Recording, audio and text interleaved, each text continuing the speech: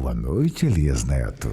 Olá, boa noite, tudo bem com você? Estamos chegando com Boa Noite, Elias Neto aqui pela TV Cidade Verde. É sempre um prazer estar aqui e terça-feira a gente traz sempre um programa de uma forma especial para você que nos acompanha em todas as cidades de Mato Grosso e para você que está em outros cantos do mundo, porque agora a gente não tem mais fronteira com o YouTube e também com o nosso Facebook. Portanto, um grande abraço, muito obrigado pelo carinho e pela audiência. Já vamos colocar aí a imagem da nossa entrevistada de hoje. Olha aí, olha ela, né? A entrevistada de hoje é comunicadora e diretora executiva da IOD Comunicação. A empresa, que há 17 anos se dedica à gestão da reputação corporativa e comunicação estratégica de marcas locais e nacionais. A IOD é uma agência de comunicação que presta serviços de consultoria, assessoria bilíngue, produção de conteúdo e assessoria da imprensa. Então, por isso, a gente diz boa noite, Yael Botelho. Boa noite, Elias Neto. Boa noite, que honra estar aqui. Muito obrigada pelo convite. A honra é inteiramente nossa em recebê-la. Yael quer dizer o que, o seu nome?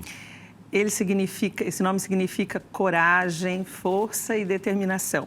Que é exatamente corretíssimo esse nome, então, né? Quem me dera. Eu acho que eu estou tentando ainda. Mas é um nome judaico, é um nome de origem judaico, né? E é um nome bastante comum nas comunidades judaicas. Sim. No Brasil, obviamente, ele é meio único. Sim. Eu tenho poucos homônimos. Sim, é muito legal. Eu desconheço, faz tempo que eu te conheço e não conheço uma outra Yael. Eu conheço, aqui em Mato Grosso, conheço uma. Em Mato Grosso? Em Mato Grosso, da mesma cidade de onde eu vim. Sim. De onde você veio? Sou de Rondonópolis. Rondonópolis. Eu me considero cuiabana, Elias, porque assim, filha de um pai de Livramento. Papa Banana, e a minha mãe de Várzea Grande. Sim. Fui criada o tempo todo por aqui, com raízes, né, em Cuiabá, avós, paternos, maternos, sempre em Cuiabá. Mas vivi 13 anos em Rondonópolis. Nasci e aí com 13 anos vim para Cuiabá. Você veio para Cuiabá, né? Já vim para fazer o ensino médio. Como que os seus pais escolheram esse nome? Era uma paixão antiga do meu pai. Sim. Ele sempre foi muito interessado pela história do povo de Israel. Sim. E aí ele se interessou, foi estudando e teve acesso a um livro, A Guerra dos 6 Dias. Sim. Nesse livro tinha uma comandante de tropa chamada Yael Dayan, filha do Moshe Dayan. Moshe Dayan. O general. Sim. Perfeito. E ele se encantou com a força, com a garra daquela mulher e a liderança que ela tinha, né? Porque lá as mulheres podem servir o exército. E ele ficou encantado com aquilo e guardou o nome para quando ele tivesse uma filha. E aí, você foi a primeira filha? Não, vieram 2 homens antes. Para o desespero do pai. Cadê? Quando é que eu vou colocar esse nome? Exato. Na época, já era possível saber que isso não era? Não, de jeito algum. Imagina, naquela época não existia ultrassom, não existia nada. Era a barriga, né? Que olhava. Eu me lembro. Tinha olhava essa coisa. Está mais pontuda, está mais redonda. Está mais redonda, é mulher. Né? Mas eu tenho certeza que você já nasceu no hospital, não foi o meu caso, que nasci eu nasci no hospital, isso. Que no meu caso eu nasci de parteira. Em casa. Em casa, né? Que, aliás, são histórias belíssimas. Belíssimas, né? Nossa, tem muitas boas histórias. Sim, e a partir do seu nome nasceu IOD? Não, foi uma coincidência. Foi uma coincidência? Foi uma coincidência. Nossa. IOD é a 10ª letra do alfabeto hebraico. E quer dizer o divino. É a primeira letra do nome Deus, o nome próprio de Deus. Esse Iod é a primeira letra, que eu imagino que depois, estudando línguas e tudo, a gente chega que no inglês, por exemplo, é God, né? Porque tem essa origem do Iod. Mas é a 10ª letra do alfabeto hebraico. Sim, deu origem. Mas você já tinha esse conhecimento ou você foi pesquisar? Não, foi feita uma pesquisa. Foi feita uma pesquisa. Foi feita uma pesquisa. É você quem fez? Não, eu e um sócio, a gente fez a pesquisa com uma agência de publicidade para poder fazer e chegar nesse nome. Porque Sim. tem outros estudos, né? Até que a gente consegue chegar no nome. Ah, entendi. Ou seja, é uma pesquisa importantíssima quando você está criando uma empresa. Extremamente importante. É a mesma coisa quando você dá um nome para um filho. Você já Sim. tem que pensar como é que vai ser no futuro. Exatamente. O que vai acontecer. Até ocorre até às vezes de bullying, né? Na escola, essa Sim. coisa toda. As pessoas falam, meu Deus, onde é que estava o pai, onde é que estava a mãe? Exato. Eu tenho que te dizer, vou confessar que quando eu era criança eu não gostava do meu nome, Elias. Né? Eu me sentia desconfortável com ele. Sim, porque o seu nome, ele lá seria masculino. Não. É assim, lá ele é um nome feminino. Sim, feminino. Porém, no Brasil, os nomes terminados em El, Sim. em sua grande maioria, né, tem pouquíssimas exceções, mas o Manuel, o Rafael, o Gabriel, o Ariel, em geral, são nomes masculinos. Então, por assimilação, as pessoas, Sim. quando ligam e não me conhecem, por exemplo, mandam uma mensagem, ainda hoje, mandam uma mensagem, eu queria falar com o senhor Yael. Sim. Hoje não me incomoda, a gente amadurece, Sim, claro. não faz diferença nenhuma. Sem problema. Né? Mas quando você é criança, que você está estudando, que o professor lê a chamada, aquilo me incomodava, mas isso foi por algum tempo, já passou. Já passou, está dentro da Tantas coisas mudam. Agora, na sua trajetória, você foi ou é ainda atriz? Não sou mais. Não é mais atriz? Não sou mais. Trabalhei muito tempo com teatro. Eu comecei a fazer teatro com Justino Astrevo. Sim, Justino Astrevo. E ainda não estava ali o Leonier com Vitório. Leonier Vitório também? Com Leonier. Grupo Folhas, então. Grupo Folhas, lá atrás. Isso 1983, 84. Eu me lembro. O Grupo Folhas foi até lá por quase 90, não foi? Ou não? Foi. Eu que já não acompanhava mais. Sim. Quando eu terminei a faculdade, aí eu já fui para a pós-graduação e tal, e aí acabei não me envolvendo mais muito com teatro nessa época. Mas trabalhei com eles muito tempo, a gente viajou o interior com apresentação de teatro, era muito desafiador. Sim. Muito desafiador. Eu me lembro bem do Grupo Folhas, aí do pessoal do J. Astrevo, que é o Lau. É o Lau, né? E o Leonier, Vitério, que é o Nico, né? Exato. Nico e Lau. Eles começaram com dramas e coisa e tal, né? Uma outra linha. Grandes amigos meus, né? Grandes amigos, referências, nós sabemos Exatamente. disso, né? Do teatro, hoje são enormes referências. A linha do Folhas não se sustentaria hoje? Eu acredito que até se sustentaria hoje, na época não. Talvez hoje, né, seria uma proposta interessante. Hoje há espaço para muitos. Claro. Né? Eu entendo que hoje talvez ela se sustentasse. Na época, eu acredito que se ele não saísse, eu acho que foi uma grande sacada, né? Os dois. Para o humor. Nossa. Para o humor regional. Foi assim, acertado demais. Super, né? Tanto que o trabalho deles tem, sei lá, longos anos, deve ter o quê? 20 anos já. Tem mais, porque eu me lembro, eu não sei qual foi a data, já tem um tempo que eu fiz, eu acho que 15 anos. Fiz uma reportagem falando sobre os 15 anos de Nico e Lau. Isso já tem uns 7 anos ou 8 anos. Deve já estar vai para aí 25 anos. Provavelmente. Né? Provavelmente. E eles permanecem com... E eles são sempre atuais, e eles estão sempre proporcionando grandes encontros. As peças deles até hoje são peças que lotam plateias. Exato. Venda garantida, né? É interessante que é a mesma linha, né? Sim. Entretanto, eles conseguem ir variando em cima de uma base. Sim, Isso é muito legal. E aí você esteve também no Cena 11. Estive no Cena 11, trabalhei com Flávio Ferreira, acho que uns 3 anos como assistente de direção. E depois eu continuei trabalhando, mas agora já na linha da assessoria de imprensa. Sim. Trabalhei muito tempo com o projeto do Alto da Paixão de Cristo. Aquele projeto enorme, Um projeto né? enorme, que envolvia muitas pessoas. Um projeto belíssimo. Era o 2º maior espetáculo a céu aberto do Brasil.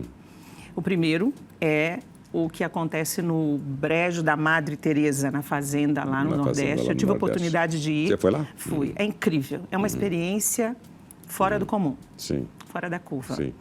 E aí eu trabalhava, além de fazer assessoria de imprensa, a gente já trabalhava com a edição do texto, atualização, toda a parte dessa curadoria, a gente fazia também. Foi um momento bem interessante. Certo. Acho que foram 7, 8 edições. Sim. Longos anos fazendo. Pois é, por que parou? Porque ele precisa de incentivo de verba pública, né? Sim. Não é o tipo de espetáculo, é um espetáculo grandioso, mas ele precisa de apoio de governo de estado ou de prefeitura. Sim. Ele precisa de verba. Não é um projeto... Ele é muito grande, Elias. Sim. E Flávio tinha algumas ideias que ele implementou depois. Ele trazia, por exemplo, os reeducandos para construir, ele dava o curso de formação para a construção do cenário, por exemplo. Então, era construído ali, pelos reeducandos. Sim. As mulheres do, como chama o presídio? Esqueci agora, Mari Couto, Bom, o presídio feminino, elas recebiam a formação para costura com estilista, com costureira. Maíra Couto. Exatamente. E aí elas faziam as roupas, as fantasias que eram usadas para, enfim, remodelavam todo ano, né? Tinha algumas que eram guardadas, outras precisavam ser remodeladas, e elas faziam todo esse trabalho. Então tinha um cunho social também que era bárbaro. E inclusivo. Inclusivo, né? Incrível. Era uma contrapartida. Exatamente. Né? Qual que é a sua formação? Eu sou formada em letras. Em letras. A minha formação toda é na área de educação. Sim. Depois é que eu fui para cursos de especialização e aí me enveredei pelo caminho da comunicação e comecei a trabalhar com comunicação empresarial. Já na faculdade trabalhei com aulas de comunicação empresarial e aí hoje trabalho com assessoria em comunicação. Muito bom. Fui migrando. Mas você também é professora. Sim, sou professora. De formação sou professora. De formação professora, sim. E exerceu essa... Muitos, longos anos da minha vida. Mas você dava aula, me lembro você dando aula de inglês. Sim. Dava aula de inglês, dava aula de português, português empresarial, e dava aula de literatura inglesa e norte-americana, que era a minha formação exata, Exatamente. né? Trabalhei só na Unica, eu trabalhei 23 anos. Perfeito. Longos anos. Longos anos, né? É uma paixão. E você, como professora de português, como formada em letras, quando eu estou falando aqui, você percebe tudo isso? Não, eu guardo a caneta vermelha. Você guarda a caneta. Eu guardo a caneta vermelha. Exatamente. Agora, eu estou vendo aqui, tem uns detalhes muito interessantes, né? Você trabalha em consultoria, assessoria bilíngue.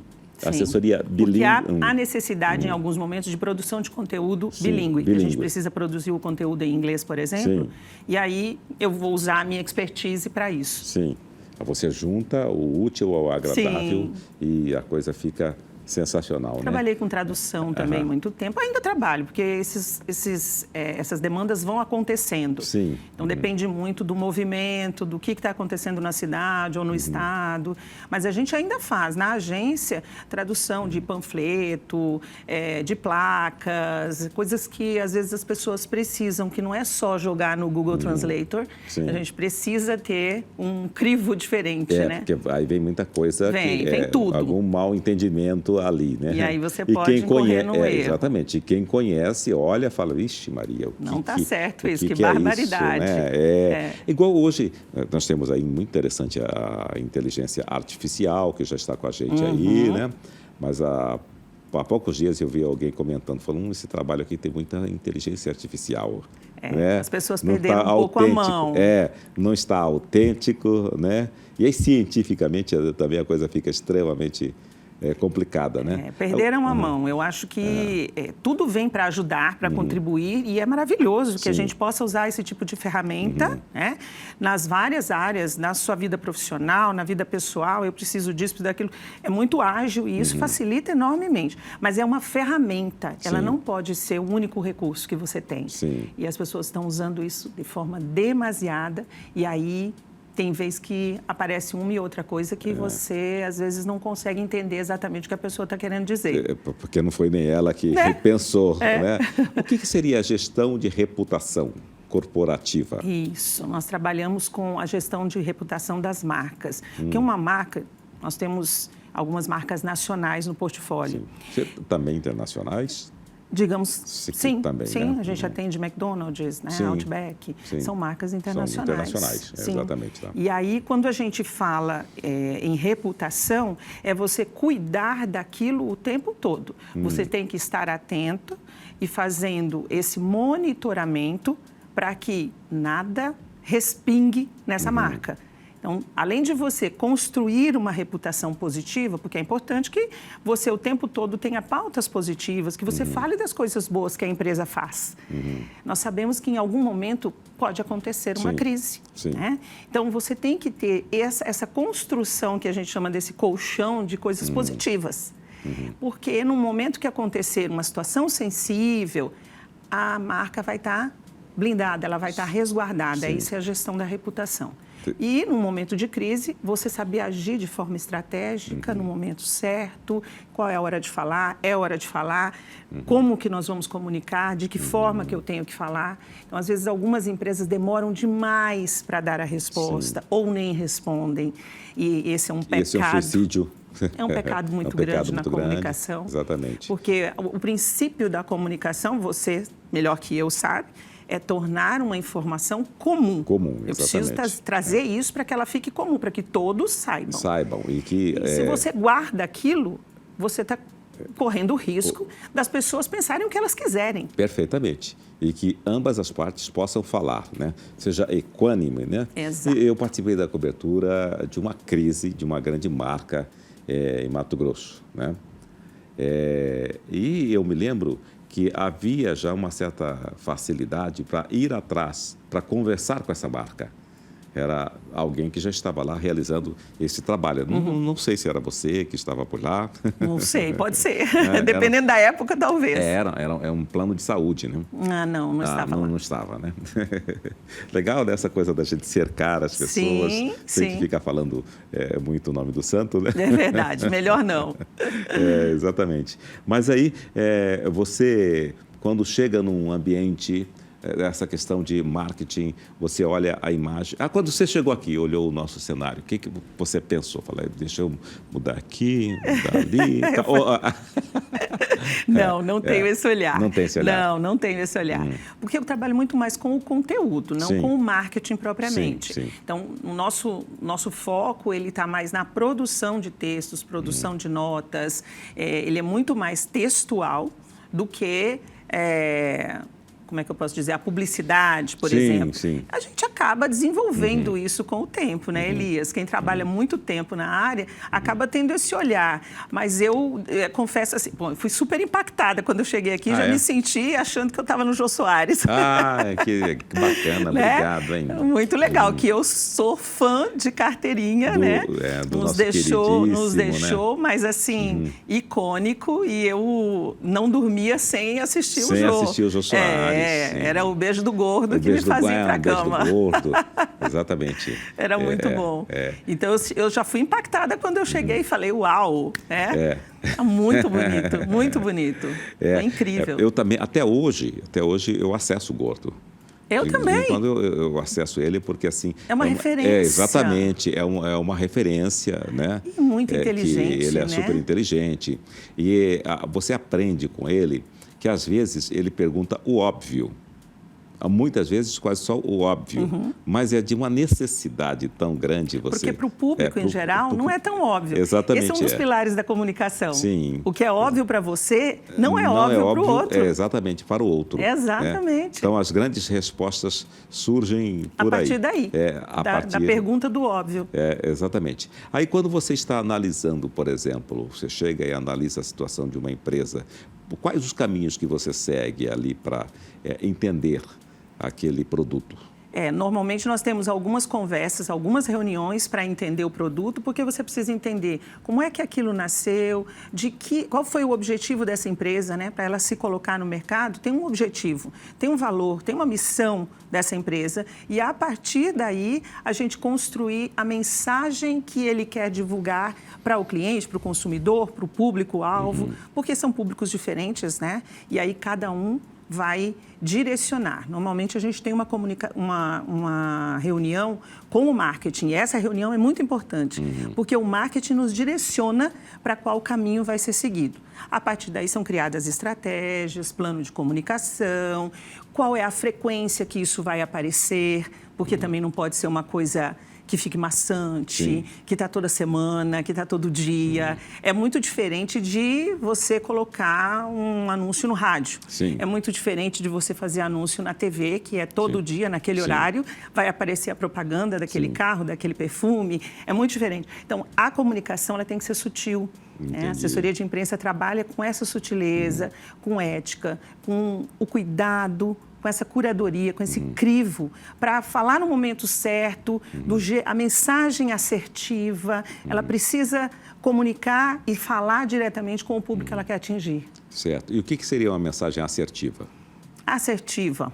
A mensagem assertiva é aquela que comunica o que a empresa traz no seu, como é que eu posso dizer? Da sua essência. Na sua essência, exatamente. Sim. É isso que vai fazer com que a mensagem seja assertiva. Sim, e de uma forma que ela não venha leve, né? Suave, Ela porém... não pode parecer comercial, né? Ela não pode ser agressiva. Exatamente. Né? Porque o comercial ela é mais agressiva. Sim. Quando você vê uma publicidade, quando você vê um outdoor, ele é muito agressivo. Sim, porque exatamente. é a função dele. É para dar o impacto para a ela tem venda. que impactar, exato. Exatamente. A pessoa passa, ela tem, sei lá, 3 segundos, 5 segundos na rua para ela ver um outdoor. Então, aquilo tem que ser muito impactante. Tem que ser uma coisa que chame muita atenção. Sei. Tem uma comunicação agora dentro de um elevador de um dos nossos clientes que ela está incrível. Né? Depois eu vou te dar a dica para você ir ver, conhecer. Né? Ela muito diz sobre incrível. o quê? É lá do shopping? Sobre carro. Sobre carro? Você já esteve lá essa semana? Estive. Não sei se todos os elevadores Sim. estão envelopados daquela forma, mas ela te traz, o elevador está envelopado com aquele carro e te traz a sensação de que você está sentado dirigindo o carro. O painel do carro está ali, você sai dali pronto para fazer um test drive. Para fazer um test drive, né? Ela é muito impactante. Então, isso é marketing, né? Sim, é um marketing. Mas aí ele vai diferenciar da comunicação que é a assessoria de imprensa, que ela vai fazer, vai produzir um texto. Aquilo tem que ser muito mais sutil, muito mais leve. Sim. Eu me lembro, uma vez eu participei de uma campanha institucional na outra emissora e foi muito interessante, porque era sobre a dengue. Para uma época parecida com essa época agora, que está se fazendo campanhas, né, contra a dengue. Agora, na época era só dengue, aí depois veio a zika, depois a chikungunya, né? Utilidade pública. Utilidade pública da própria empresa, essa campanha. E aí eu recebi um texto e eu não achei legal. E a forma como estava sendo conduzida. Porque a pessoa eu iria falar sobre dengue caminhando no Parque Mãe Bonifácia. Eu falei, não vai ser legal, eu vou criar um impacto. Mudei o texto, fiz um texto, porque eu já vivenciei essa situação, né? E dei um testemunho num local que era escuro, só aparecia praticamente a minha silhueta. A tua imagem? E eu contava a história. Deu um impacto, mas um impacto assim profundo. Nada mais verdadeiro do que um testemunho, exatamente. Né? Você contar uma história real. Perfeitamente. Aí eu me lembro até que um secretário de governo, ele me encontrou comigo, ele parou onde ele estava e veio te cumprimentar e falar, olha, que eu me senti representado quando você falou sobre aquela questão. Sensacional, né? Agora, sim, você falou ter cuidado com a marca. Um médico, por exemplo, ele é a marca, né? A própria marca. Aí ele fala, a gente fala de marcas pessoais, né? Aí ele fala, eu quero agora mostrar um pouco do meu trabalho, tem aquela questão ética, do código e tudo isso, coisa e tal. Aí seria o caso, esse médico poderia ir para um anúncio assim dele fazendo uma dancinha, por exemplo? Então, isso vai muito para o marketing digital, né? Na realidade. Tem que haver um propósito para aquilo. Sim. Se tiver um propósito, eu acho que faz sentido. Não tem problema algum. Porém, tem que saber dividir muito, porque se você tem um perfil que é profissional, tem médicos que optam por ter 2 perfis, né? O perfil dele, que é o perfil do dia a dia, do diário dele, do Sim. blog dele, e o perfil profissional, onde ele vai dar informações técnicas sobre o assunto que ele domina. Sim. É muito diferente isso. Mas não vejo problema se ele decidir fazer uma dancinha desde que esteja dentro do propósito dele. Se for dentro Entendi. do propósito e tiver um objetivo, Sim. tá tudo certo. Funciona. Funciona. Pode funcionar. Hoje tem, Mas tem algumas trends. É perigoso. É uma linha assim, muito tênue. tênue. Muito. Tem que saber fazer. O profissional que faz essa campanha, né, de marketing digital, ele tem que estar muito alinhado, tem que entender muito do cliente dele, conhecer esse cliente dele e saber até onde ele pode ir. Para não Sim. ser exposto, para não ter uma inversão, de repente, de comunicação, porque aí, de repente, o público dele que está acostumado a receber um tipo de conteúdo vai se assustar com vai aquilo. se assustar. Vai dizer, E peraí. ele pode perder aquele público. Ele pode perder. Que é Perde, né? um problema. E esse negócio de ter mais ou menos seguidores e tal, tem a ver? Ou é uma questão nichada? É um nicho que importa isso aí? Hoje, eu acredito que o que mais importa é você conversar com o público que você precisa, o seu público-alvo. Então, claro que existem grandes influenciadores com zilhões de seguidores e tal, e que têm um engajamento altíssimo. Mas eu acredito que os micro-influenciadores têm feito um trabalho incrível. Hoje nós temos os nano-influenciadores. Nano-influenciadores. A partir de como? Me explica isso aí. É a primeira vez que eu ouço essa palavra, nano. Ele pode ter 4.000 seguidores. Sim. E ele fala para o público dele. Eu Sim. conheço uma pessoa que ele fala com um público da gastronomia de uma forma incrível. Sim. Ele é super acessado, ele é referência no assunto e ele traz, não vou citar nomes, mas ele traz um conteúdo de altíssima qualidade, Sim. super engajado. As postagens que ele faz têm um monte de curtidas e comentários, as pessoas replicam aquele conteúdo, mas ele fala para aquele público. Sim. É um público muito nichado, que é o público da gastronomia. Certo. Então, não necessariamente, se você pega os perfis de dicas em Cuiabá, Sim. tem muitos perfis, né? Sim.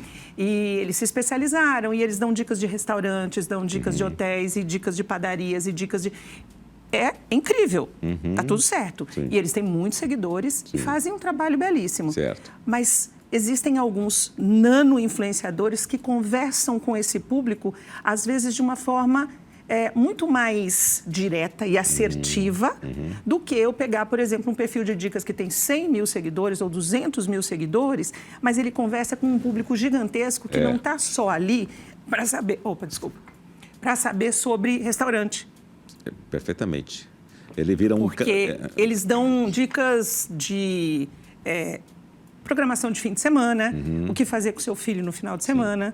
Então, ele tem outras dicas e todo mundo, às vezes, ela dá dica de salão de beleza, um lugar para se comprar um sapato, um vestido, alguma coisa assim. Então, é um público muito variado. Certo. É eclético. E, ao mesmo tempo, não atira para todos os lados. Exatamente. Né? Ela pensa exatamente naquilo que é necessário fazer, né? Eu, por exemplo, eu apareço com karatê. Eu vejo. Mas eu acho que eu não dançaria. Não. Mas tem que ter... E outra, uma coisa bem importante, Elias, é que tem que fazer parte da sua personalidade. Sim. Perfeito. Não pode ser algo montado, não pode ser algo fake, como nós dizemos, Sim. porque ele tira a espontaneidade, as pessoas percebem que aquilo não está colado em você, que é uma coisa artificial. E aí você não consegue conquistar, você não consegue entregar a mensagem. E como é que você vê a convergência das mídias hoje? Eu acho que faz muito sentido. Gosto muito do que está acontecendo. Hoje nós temos, você vê, o teu programa, ele deve ser acessado na TV aberta, mas ele também está no YouTube. Sim. E deve ter um número enorme de visualizações, porque você é uma figura icônica do jornalismo mato-grossense. Tenho certeza que o formato que você está vindo agora, que você está trazendo, ele alcança públicos muito diferentes do que os públicos que você acessava quando você estava como apresentador de jornal. Exato. Porque você tinha um público cativo. cativo, Vou assistir o Elias. Exato, exatamente. É o Boa Noite do Elias lá. Era. Né? Mas isso era um outro formato de programa. E ali você acessava outros públicos. Aqui você trabalha com variedades, você entrevista pessoas extremamente relevantes. Não é o meu caso. Poxa vida, nossa. Mas eu tenho acompanhado médicos, profissionais liberais, você traz conteúdo de qualidade. Sim. E essa coisa de você ter essa liberdade para entrevistar, esse bate-papo que você tem aqui, ele deixa o público muito à vontade para interagir com você. Eu, assim, acredito muito nesse formato de programa. Tanto que os podcasts e os videocasts estão em alta. Estão em alta, sim. Porque é um bate-papo. Sim. Tem podcasts que a gente assiste 2 horas, 3 horas de conversa. Mas a coisa está tão gostosa, está fluindo. E é informal. Ele não traz aquela coisa do engessado. Do jornalismo hard news, né? Sim. Que realmente é uma situação que não dá para sair muito. Você tem que fazer aquilo que está no script. Aquilo que está no script, e são notícias pesadíssimas. Pesadas, né? em geral são notícias pesadas. Que não dá para... Aí quando você sai para esse formato, nossa, você tem assim um leque. E eu entendo que as pessoas têm gostado muito, caiu no gosto. Sim. Eu sou fã de carteirinha de podcasts, videocasts, eu estou o tempo todo assistindo e ouvindo. Se eu estou no trânsito, às vezes eu estou ouvindo o YouTube da vida. Não, tanto é que a questão, o rádio também, né? Impressionante como o rádio reapareceu. Demais, teve uma fase... O YouTube salvou o rádio. Salvou o rádio, exatamente. E, inclusive, hoje, Cuiabá, nós temos momentos que a gente fica 2 horas no carro, dentro do carro. Sim, né? vai e vem. Vai 40 e vem, minutos para ir, mais 40 minutos para voltar. Para voltar, e às vezes tem uma interdição que não foi comunicada, como foi o caso aqui na Miguel Sutil, né? Pegou todo mundo de surpresa. Então, o trajeto que ele faria em meia hora demora 2 horas. E aí, qual a companhia dele? É algo que ele possa ouvir. E tem que ser leve, né? E tem que ser leve. Exato. Né? E o rádio também está muito forte. Ele traz isso. Eu sou suspeito, porque eu gosto muito de rádio, sempre gostei. Um dos meus veículos favoritos sempre foi rádio. Sim. Gostava muito de rádio. E aí, quando vieram as novas plataformas, as novas mídias e a oportunidade de integrar o vídeo e a pessoa ter a possibilidade de ouvir isso depois, porque o problema do rádio era esse, né? Se você não ouviu naquele momento...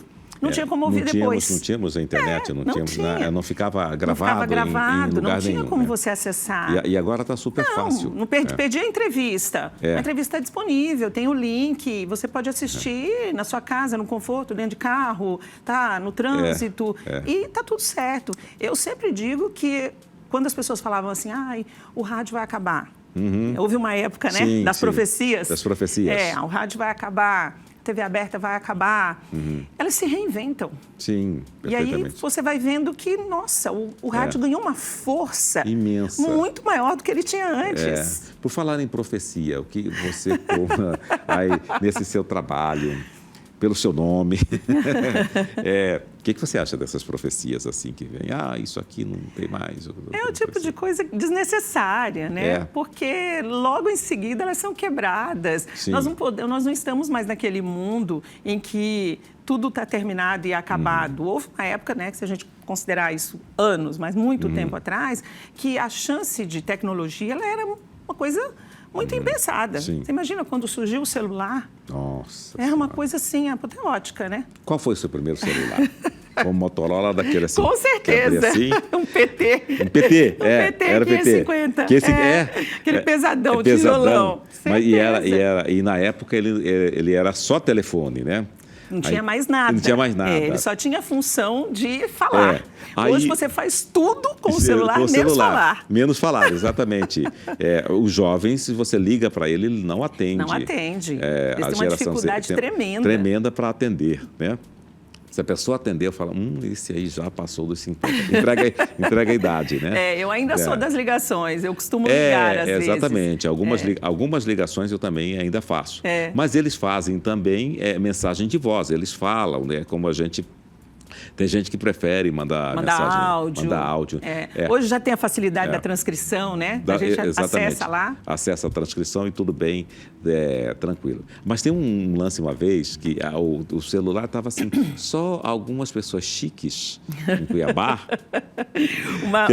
a nata da sociedade. A gente ia lá na Barão de Melgaço fazer uma fila gigantesca. Para poder entrar na lista de espera da operadora. E as pessoas ficavam naquela fila, mas uma fila poderosa que era, você lembra? Você entrou naquela fila assim, poderosa? Olha, eu vou ser sincera, Eu não entrei porque eu botei meu irmão para ir para a fila para mim. Sim, exatamente. Mas olha, tem gente que trocou muito de número de celular, né? O meu número de celular é o mesmo há anos. Qualquer pessoa que me acessou, que me conheceu em, sei lá, 2007, ela vai poder falar comigo hoje. Eu também nunca troquei. Há poucos dias um rapaz pediu, eu passei, ele olhou, falou, meu Deus do céu, esse número eu tenho. Quando ele falou, não, eu tenho aqui. É isso mesmo. Eu acho assim uma coisa, sei lá, acho que depende também da profissão da pessoa, né? Não sei se é só isso, acho que como antes a gente só tinha uma operadora, né? Exatamente. Quando vieram as outras operadoras, mobilidade. Isso foi possibilitando a portabilidade, as pessoas podiam usar o mesmo número e ir para aquela operadora ou trocar de número, né? Não quero mais esse número, vou trocar. Então, acho que isso... mas algumas pessoas têm uma facilidade para trocar de número. Adora trocar número, né? Eu não consigo. Eu fico pensando assim, se eu trocar de número... Eu vou ter que avisar todo mundo que eu troquei de número. Não sei, eu acho que eu vou ficar perdido nessa história. Fazer uma comunicação por WhatsApp e tal, até que as pessoas consigam te acessar novamente. E agora existe aquele golpe, né? Meu número, oi mãe, meu número trocou. Mais essa coisa toda. Eu levei um golpe quando eu estava isolado na Covid, né? Que a pessoa apareceu, era o Pescuma.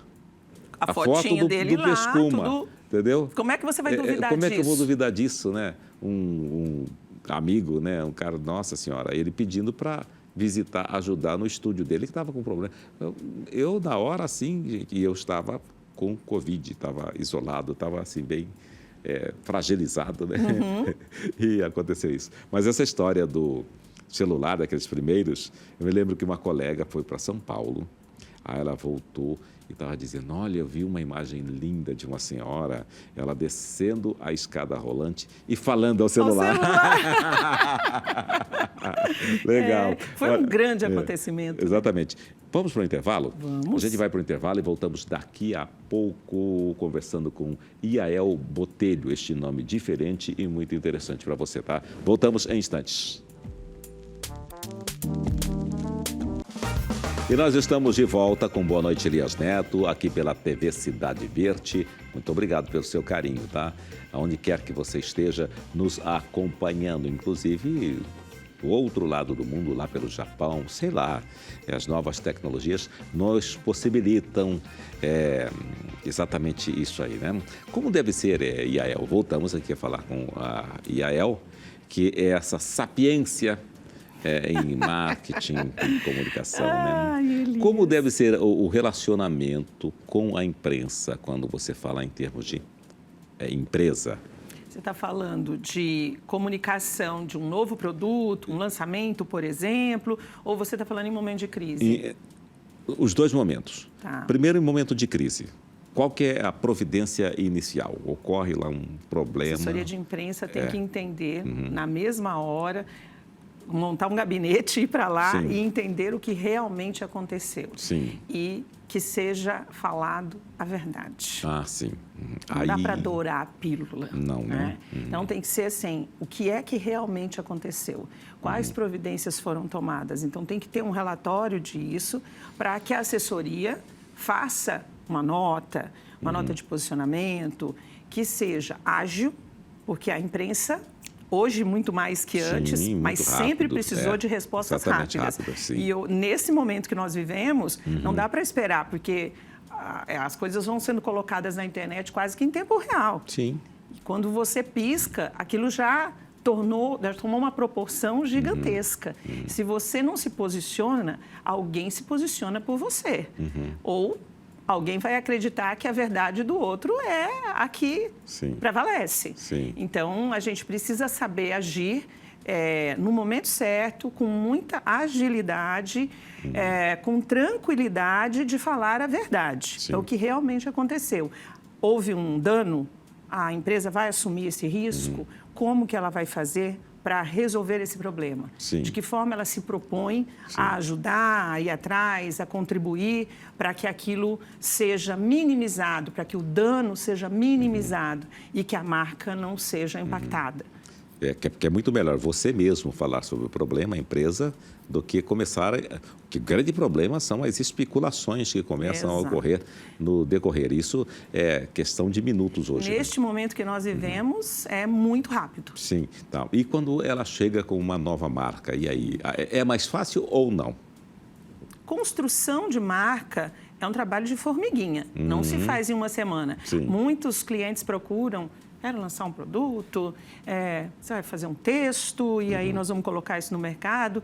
E acreditam que aquilo é passe de mágica, todos os sites vão divulgar. Então, esse cliente que vem com essa mentalidade, a gente precisa primeiro explicar que a assessoria de imprensa trabalha com mídia espontânea. Sim. E isso tem a ver com credibilidade, tem a ver com o relacionamento que você constrói com a imprensa, tem a ver com os sites que nós temos na cidade, com os veículos de comunicação, porque cada um tem um perfil, cada um tem uma linha editorial.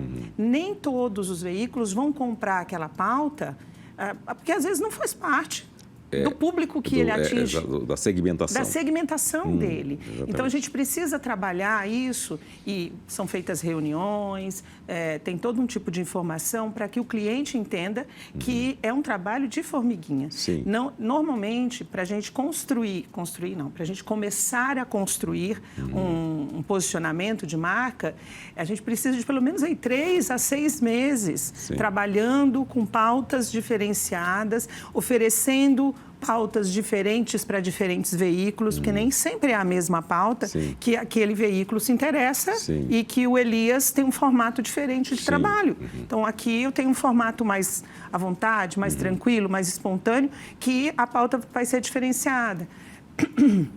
Então, nesse momento, eu acredito que aí a gente precisaria de uns 3 a 4 meses para plantar isso. Não é uma coisa que acontece assim, de forma meteórica.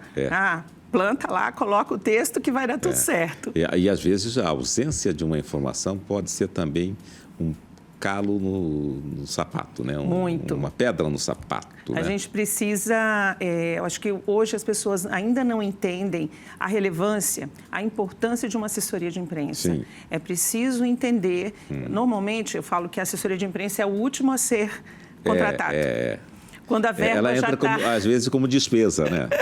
Quando a verba já está pequenininha lá no marketing, aí já fez investimento, já colocou anúncio, enfim, já fez toda uma verba de marketing direcionada para a publicidade e não comunica com a imprensa. Então, essa comunicação é a comunicação que precisa acontecer ali no dia a dia. A gente precisa ir construindo. E a gente fala com públicos diferentes. Se é um jornal impresso, por exemplo, que a gente ainda tem, né? 2 veículos, 3 veículos que nós temos de forma impressa. Se é um jornal digital, se é um veículo eletrônico, como que a gente vai comunicar? A linguagem é outra também. E quer dizer que existe público para o jornal impresso? Opa, ainda. Né? Ainda. Grandes jornais em São Paulo ainda estão também fazendo suas tiragens. Sobrevivendo, né? A gente sabe que é um caminho que é árduo, porque você sobreviver em meio a tanto estímulo digital e o marketing instantâneo e aquela coisa da publicidade no Instagram, e no Facebook, e Twitter e tudo é muito rápido. Mas quando a gente sabe que alguns veículos ainda sobrevivem, eles diminuíram a tiragem, nós sabemos disso. As redações foram enxugadas. Foram bem enxugadas. Né? Não é mais aquele lugar que você entrava que era lotado de gente. Então, ainda assim, eles sobrevivem e tem público para isso. E tem público, né? Exatamente. Eu acho que depende muito daquilo que eles vão abordar, da linha que eles vão trabalhar, né? A forma que o conteúdo é colocado. A forma que o conteúdo é colocado, né?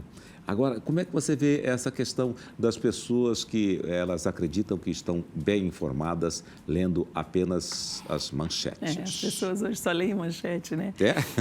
Eu acho que algumas pessoas, né? Não é tudo, mas assim... eu acho que muitas... Principalmente o jovem, ele Sim. tem necessidade de rapidez, de agilidade, exatamente, ele normalmente só lê aquela manchete quando muito chega ali numa linha fina e não aí vai para para, frente. Né? Pois é. Infelizmente. E aí tem os clickbites, que as pessoas querem só os cliques, né? Sim. Colocam uma chamada bem interessante A isca. e aí a pessoa vai lá. Tem que saber fazer essa chamada, né? Para poder instigar este leitor, instigar essa audiência para que ele termine de ler o texto. Agora, os tempos mudaram, Elias. Você, mais que eu, consegue falar sobre isso. Aqueles textos de 2 laudas... Não funcionam Não mais. funcionam mais. É. Às vezes o cliente insiste nisso, ele quer, e a gente tem que ser verdadeiro e dizer, isso aqui não funciona. Não funciona, né? É só você se colocar no lugar do leitor, você se colocar no lugar daquele que vai ler a matéria, que você consegue terminar uma matéria de 2 laudas. Quando chega na metade da matéria, você já achou outra coisa, porque você está recebendo tanto input. Se for no celular, por exemplo, você está recebendo o WhatsApp, você está recebendo a notificação do Instagram, tem tanta coisa chegando, você não consegue terminar um texto longo. Eu às vezes me pego assim, eu percebo que eu me perdi daquilo que eu estava fazendo, porque você está aqui redigindo um texto, pá, clique. O WhatsApp está chegando. Claro que chegou. Aí, de repente, pá, não tem, porque ele vem nos seus olhos. Sim, né? não tem então, como ele vem, você... e você vai lá e clica em cima dele. E aí, de repente, opa, preciso ver isso aqui, aí vê também e tal. Né? Você acaba achando que aquilo é uma prioridade, você para o que você está fazendo para atender aquela prioridade. Isso. Então, eu fico me policiando muito para não me desviar. Mas, tirar o som, né? Tem que... tirar o som e tal. Mas, às vezes eu vou para um outro caminho e aí eu penso, o que eu estava fazendo mesmo? A gente se perde. É verdade. Então, a gente tem que pensar com a cabeça do leitor, né? Quando ele estiver lendo, normalmente ele está lendo num celular, porque 90% dos acessos às matérias, elas vêm pelo celular. Quando muito, por um computador.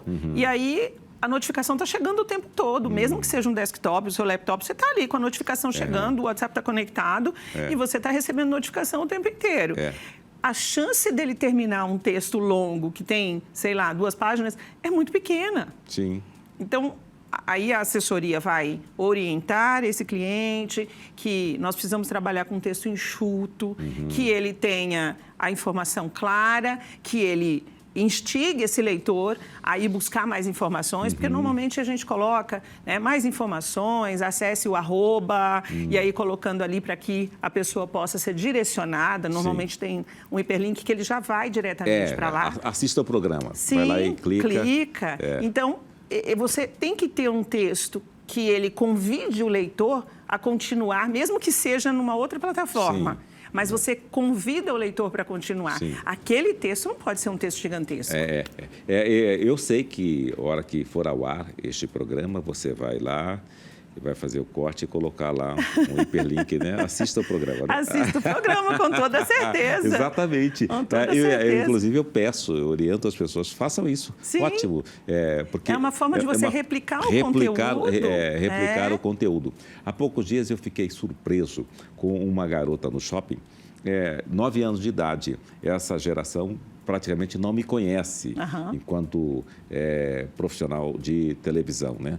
Mas a menina veio correndo e falou, Elias, tira uma foto comigo. Ai, que legal. Nossa, falei, que isso? Aí tirei uma foto com ela e fiquei curioso. Falei, você me conhece de onde? Falou, eu te acompanho no Instagram e... por meio do Instagram, eu fui lá ver quem é você, eu sei quem é você é o jornalista, isso, aquilo. Que legal. Entendeu?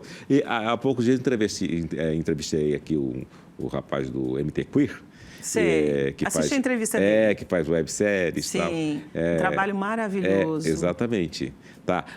E ele estava me dizendo que ele sabe exatamente a capa que ele vai colocar e que vai dar acesso.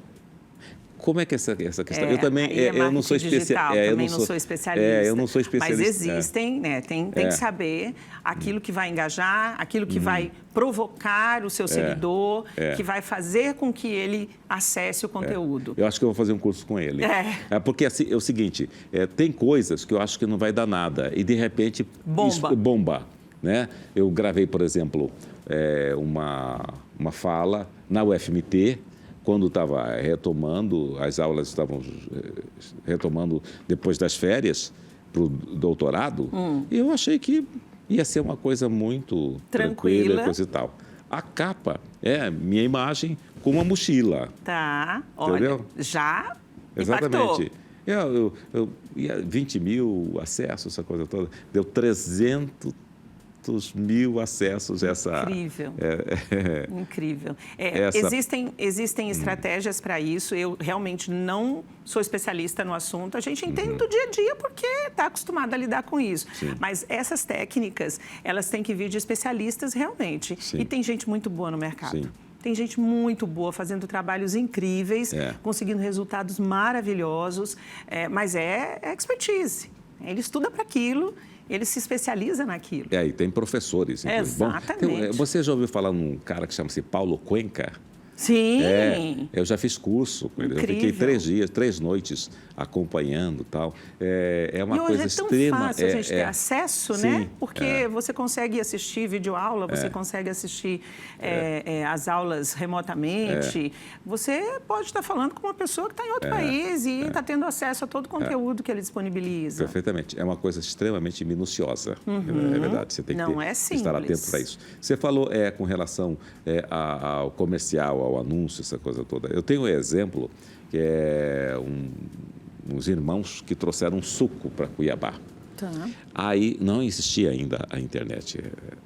Aí eles começaram a anunciar. Eu, naquela época, não sou publicitário, não trabalho com marketing, né? Mas eu olhei e falei, cara, você vai falir. Você profetizou. Você vai à falência, né? Como era uma pessoa muito ligada a mim, falei, não é assim que se faz. Muda isso aí. Ela falou, não, mas nós queremos fazer igual as grandes marcas. Eu falei, mas peraí, você está anunciando, está chegando bem arrojado com os anúncios, mas está faltando o telefone. Eles não davam o telefone. Tinham atentado Eles queriam isso. se comparar com a Coca-Cola, entendeu? É diferente, né?